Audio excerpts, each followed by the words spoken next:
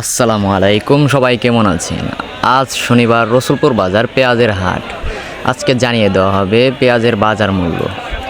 আজকে একেবারেই কমে গেল পেঁয়াজের বাজার মূল্য।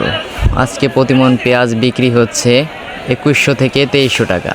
2100 থেকে 2300 টাকা, অর্থাৎ গত কয়েক হাটের চেয়ে মন প্রতি 100 থেকে 200 টাকা কমে বিক্রি হচ্ছে আজকে পেঁয়াজ। সম্মানিত দর্শক, দেখতে পাচ্ছেন আজকে অনেক পেঁয়াজ উঠেছে এই বাজারে, ছোট বড় দিয়ে আজকে অনেক পেঁয়াজ উঠেছে রসুলপুর বাজারে। তাই তো কমে গেল পেঁয়াজের বাজার মূল্য, একেবারেই কমে গেল পেঁয়াজের বাজার মূল্য।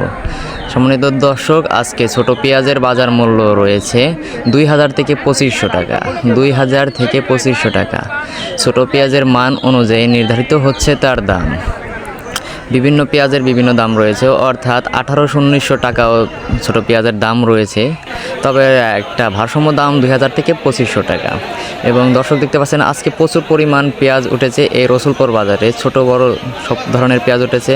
ছোট পেঁয়াজ অর্থাৎ বীজ পেঁয়াজ, যেটাকে বলা হয় বীজ পেঁয়াজ, সেটাও আজকে খুব প্রচুর পরিমাণ বীজ পেঁয়াজ উঠেছে এই রসুলপুর বাজারে।